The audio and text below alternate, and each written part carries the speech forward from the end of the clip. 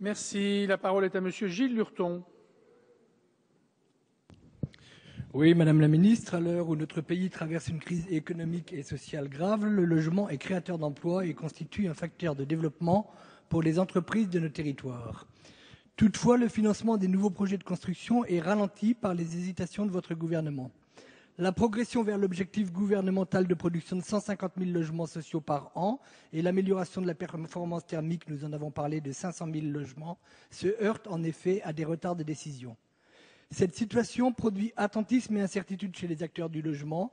Elle est grave parce qu'il s'écoule environ 3 ans entre la décision de lancement d'un projet et sa livraison. Elle est grave surtout parce que des dizaines de milliers d'emplois sont en jeu. Madame la ministre, nous attendons que le gouvernement prenne des décisions afin de lever de nombreuses incertitudes.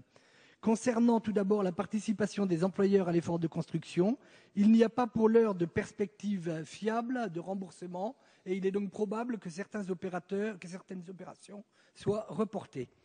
Concernant l'engagement du Premier ministre, vous en avez parlé en début de séance, Madame la ministre, de mettre à disposition des collectivités locales les biens et terrains de l'État non occupés. Nous attendons toujours ces décrets d'application. Et c'est vrai que quand on vous entend ce soir et quand on rentre dans nos circonscriptions, on s'aperçoit d'une totale dissonance entre ce que l'on entend ici et ce que l'on trouve dans nos circonscriptions. Moi, je suis dans une ville, Saint-Malo. Nous y avons 30% de logements locatifs sociaux. Nous sommes prêts et nous voulons en construire d'autres. Nous avons des terrains de l'État, des bâtiments de l'État que nous convoitons. Et malgré tout, je dois dire que les négociations restent quand même extrêmement difficiles.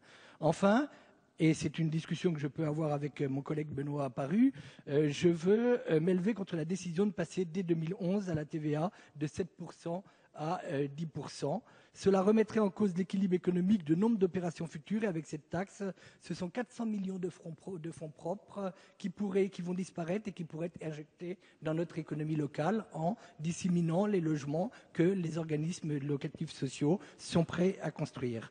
Madame la ministre, pour atteindre l'objectif d'une production nationale de 150 000 logements sociaux par an, ces nombreux leviers doivent être actionnés afin d'assurer de manière pérenne les conditions financières de production du logement social. Aussi, nous vous demandons quand comptez-vous prendre les décisions que cette profession déjà fragilisée attend de vous.